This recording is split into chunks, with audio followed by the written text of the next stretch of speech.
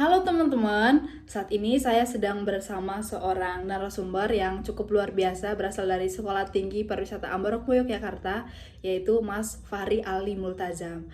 Nah, di video kali ini kita akan menanyai atau mewawancari sedikit tentang perjalanan Mas Fahri menjadi seorang konten kreator. Oke, tanpa berlama-lama teman-teman, langsung aja kita tanya ke beliau. Halo Mas Fahri. Halo Kadila dan halo semuanya. Oke, suara saya terdengar Mas di situ?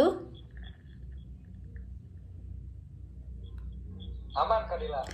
Oke, sebelumnya Mas Fahri terima kasih banyak telah meluangkan waktu di tengah kesibukannya untuk menjadi narasumber di kesempatan ini karena di kesempatan kali ini kami memiliki tugas untuk mewawancarai orang yang mengalami disrupsi teknologi dan di dunia kerja. Saya rasa Mas Fahri adalah salah satu orang yang cocok untuk menjadi narasumber. Sebelum kita masuk ke sesi wawancara, boleh perkenalkan dulu namanya kepada teman-teman.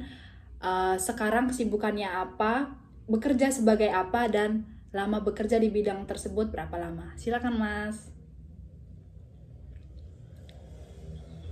Baik, terima kasih Kadila atas kesempatannya. Sebelumnya halo semuanya, perkenalkan nama aku Fahri Ali, bisa dipanggil Fahri ya. Saat ini menjadi mahasiswa juga seperti Kadila semester 6. Tapi kita beda kampus ya. Kalau aku dari Sekolah Tinggi Pariwisata Ambarukmo Yogyakarta atau biasa disebut dengan STIPRA. Selain Oke. jadi mahasiswa, aku juga full time jadi content creator. Sebenarnya masih merintis juga nih Kak Dila. Dan alhamdulillah untuk menekuni content creator ini sudah 1 tahun belakangan ini. Seperti itu. Dan sebelumnya aku juga menekuni bidang kepariwisataan, lebih tepatnya menjadi seorang tour leader dan tour guide seperti itu. Oke.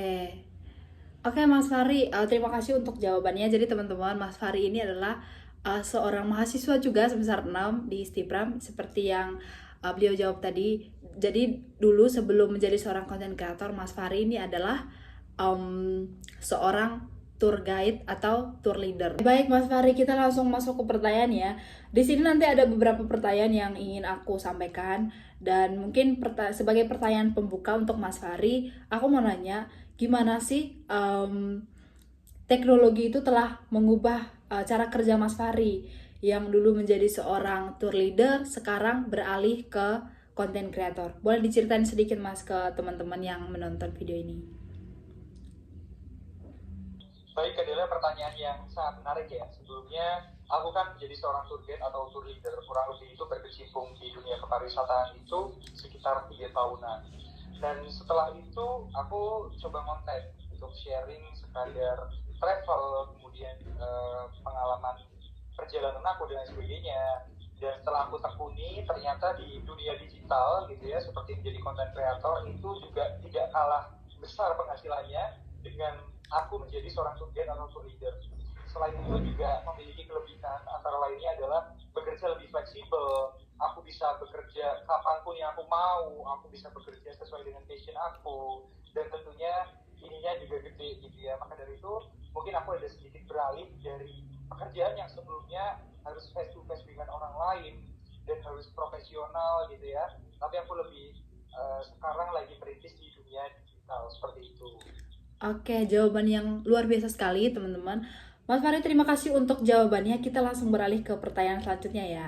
Nah, menurut Mas Fahri sendiri, apa keahlian baru yang harus terus dipelajari untuk tetap relevan atau tetap eksis di dunia perkontenan sekarang? Boleh diceritain Mas? Oke, jadi tentunya skill yang harus di-upgrade terus itu adalah skill komunikasi. Kenapa? Karena orang lain nonton video kita, nonton konten-konten kita, itu kan berdasarkan skill komunikasi atau apa yang kita sampaikan.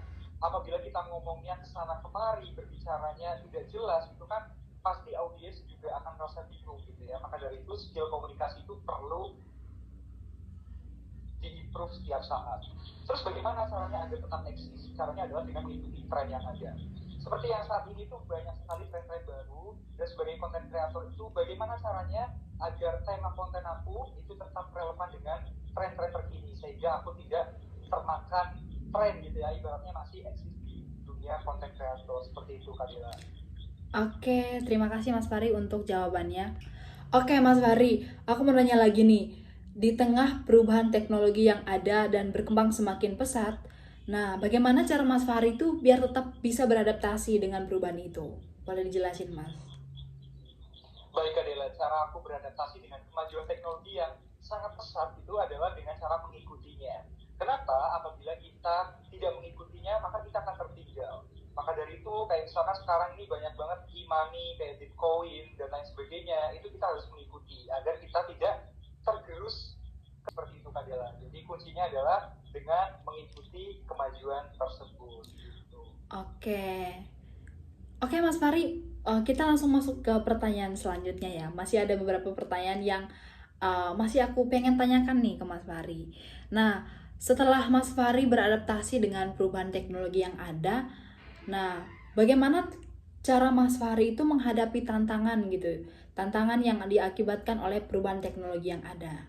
Nah, setiap dari kita kan ketika melewati perjalanan atau ingin mencapai sesuatu pasti ada tantangan yang kita hadapi. Kalau dari Mas Fari sendiri itu gimana Mas? Boleh diceritain ke teman-teman? Baik Kadela, ini pertanyaan yang sangat bagus ya. Jadi teman-teman FYI, bukan berarti dunia konten kreator tidak memiliki ancaman, tetapi dunia konten kreator juga terdapat ancaman, yang itu pun aku baru ketahui teman-teman. Adalah ini, ada influencer atau konten kreator yang dia itu basisnya adalah AI. Ya, itu menjadi salah satu ancaman bagi para konten kreator yang real manusia, kayak gitu Kak Dela kurang lebih. Jadi itu ancaman terkini bagi para konten kreator dimanapun berada, itu adalah melawan AI seperti itu. Oke, jawaban yang menarik Mas Fari. Aku mau nanya lagi, dalam 5 sampai 10 tahun ke depan, bagaimana prediksi Mas Fari terkait pekerjaan yang Mas Fari sekarang geluti sebagai seorang content creator? Oke, Kak Dela. Jadi harapan aku ke depannya 5 sampai 10 tahun lagi, dunia kreator ini tidak tenggelam dengan adanya AI yang jadi seorang influencer juga gitu ya. Dan kalau dari aku pribadi, untuk menghadapi 5 sampai 10 tahun itu yang ancamannya adalah AI, setidaknya aku sekarang itu sudah mulai merintis portofolio aku di media sosial dan sudah dikenal oleh banyak orang, sehingga menurutku itu menjadi salah satu bekal aku untuk suatu saat aku membuka usaha, membuka bisnis, itu akan menjadi suatu hal yang sangat-sangat dipertimbangkan gitu ya apabila kita sudah dikenal oleh masyarakat luas gitu. Jadi itu sih mungkin 5 sampai 10 tahun lagi mungkin bakal dikuasai AI, tetapi setidaknya aku sendiri udah dikenal oleh masyarakat luas gitu. Jadi ketika nanti aku mau buat usaha dan sebagainya itu akan mudah diingat oleh masyarakat luas juga seperti itu. Oke, jawaban yang sangat menarik. Aku langsung masuk ke pertanyaan selanjutnya ya. Mungkin ini akan menjadi pertanyaan penutup di sesi wawancara kita kali ini. Menurut Mas Fahri sendiri itu teknologi baru apa yang mungkin akan mempengaruhi bidang yang Mas Fahri geluti sekarang sebagai seorang content creator? Ya, jadi Kak jawabannya tetap sama, yaitu adalah AI. Karena sekarang ini kemajuan AI sangat-sangat luar biasa ya. Kita mau apapun itu kita sudah bisa menggunakan AI dan lain sebagainya. Dan di samping kemudahan yang ada di dalam AI, itu juga terdapat ancaman yang sangat besar, terutama terhadap profesi-profesi manusia seperti itu. Jadi yang sedikit menakutkan itu adalah AI sih bagi aku sendiri seperti itu. Tapi setidaknya kita tetap mengikuti perkembangan AI itu agar kita tidak tertinggal seperti itu. Oke, berarti benar ya seperti yang orang sampaikan bahwa AI ini bisa menjadi pedang bermata dua, bisa menjadi penolong dan juga bisa menjadi penghambat untuk kita di masa depan. Oke, Mas Fahri, tidak terasa kita sudah berada di penghujung sesi wawancara dan sudah ada beberapa pertanyaan juga yang aku sampaikan dan sudah terjawab dengan sangat baik dari Mas Fahri. Aku sampaikan terima kasih banyak untuk kesempatan kali ini karena sudah meluangkan waktu ya untuk menghadiri wawancara ini. Nah, nanti untuk videonya ini aku akan posting di YouTube. Harapannya Mas Fahri juga bisa melihat ya hasil wawancara kita seperti apa. Dan harapannya juga akan ada teman-teman yang lain yang akan menonton video ini dan mungkin akan terinspirasi gitu, termotivasi dari Mas Fahri sendiri.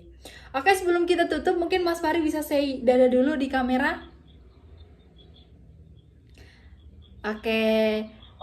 Oke teman-teman, sekian untuk video kali ini. Terima kasih sudah menonton dan Sampai jumpa di kesempatan selanjutnya.